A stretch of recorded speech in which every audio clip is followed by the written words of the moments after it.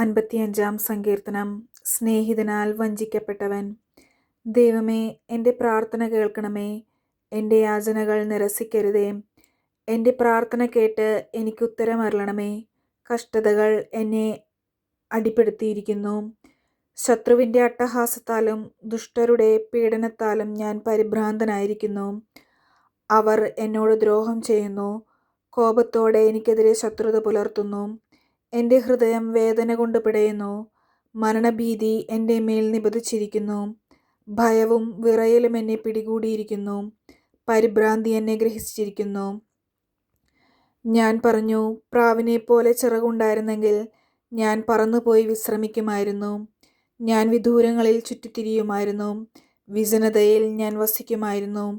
കൊടുങ്കാറ്റിൽ നിന്നും ചുഴലിക്കാറ്റിൽ നിന്നും ബന്ധപ്പെട്ട് അകന്നു സങ്കേതം തേടുമായിരുന്നു. കർത്താവേ, അവരുടെ ഉദ്യമങ്ങളെ പരാജയപ്പെടുത്തണമേ. അവരുടെ ഭാഷകളെ ഭിന്നിപ്പിക്കണമേ. നഗരത്തിൽ ഞാൻ അക്രമവും കലഹവും കാണുന്നു. രാവും പകലും അവർ അതിൻ്റെ മതിലുകളിൽ ചുറ്റി നടക്കുന്നു.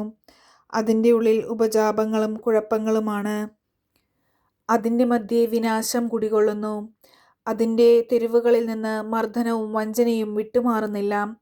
ശത്രുവല്ല എന്നെ നിന്ദിക്കുന്നത്. ആയിരുന്നെങ്കിൽ ഞാൻ സഹിക്കുമായിരുന്നു. എതിരാളിയല്ല എന്നോട് ധിക്കാരപൂർവ്വം പെരുമാറുന്നത്. ആയിരുന്നെങ്കിൽ ഞാൻ അവനിൽ നിന്നും മറഞ്ഞിരിക്കുമായിരുന്നു. എന്നാൽ എൻ്റെ സഹചരനും ചങ്ങാതിയും ഉറ്റ സ്നേഹിതനുമായിരുന്ന നീ തന്നെയാണ് അത് ചെയ്തത്. നമ്മൾ ഉള്ളു തുറന്ന് സംസാരിക്കുമായിരുന്നു. നമ്മൾ ഒന്നിച്ച് ദേവാലയത്തിൽ കൂട്ടായ്മ ആചരിക്കുമായിരുന്നു. അവരെ മരണം പിടികൂടട്ടെ. ജീവനോടെ അവർ പാതാളത്തിൽ പതിക്കട്ടെ. അവരുടെ ഭവനത്തിൽ അവരുടെ ഹൃദയത്തിൽ തിന്മ കുടികൊള്ളുന്നു. ഞാൻ ദൈവത്തെ വിളിച്ചപേക്ഷിക്കുന്നു. കർത്താവ് എന്നെ രക്ഷിക്കും. സന്ധ്യയിലും പ്രഭാതത്തിലും മധ്യാഹ്നത്തിലും ഞാൻ ആവലാതിപ്പെട്ട് കരയും. അവിടുന്ന് എൻ്റെ സ്വരം കേൾക്കും. ഈ യുദ്ധത്തിൽ അനേകർ എനിക്കെതിരെ അണിനിരന്നിരിക്കുന്നു. അവിടുന്ന് എന്നെ കാത്തുപാലിക്കും. അനാദികാലം മുതലേ സിംഹാസനസ്ഥനായ ദൈവം എൻ്റെ പ്രാർത്ഥന കേട്ട് അവരെ ലജ്ജിതരാക്കും. എന്തെന്നാൽ അവർ കൽപ്പനകൾ പാലിക്കുന്നില്ല, ദൈവത്തെ ഭയപ്പെടുന്നുമില്ല. എൻ്റെ കൂട്ടുകാരൻ എൻ്റെ സുഹൃത്തുക്കൾക്കെതിരായി കൈനീട്ടി. അവൻ തൻ്റെ ഉടമ്പടി ലംഘിച്ചു. അവൻ്റെ സംസാരം വെണ്ണയേക്കാൾ മൃദുലമായിരുന്നു. പക്ഷേ അവൻ്റെ ഹൃദയത്തിലെ പടയൊരുക്കം. അവൻ്റെ വാക്കുകൾ എണ്ണയേക്കാൾ മയമുള്ളവ. എന്നാൽ അവ ഉറയൂരിയ വാളുകളായിരുന്നു. നിന്റെ ഭാരം കർത്താവിനെ ഏൽപ്പിക്കുക.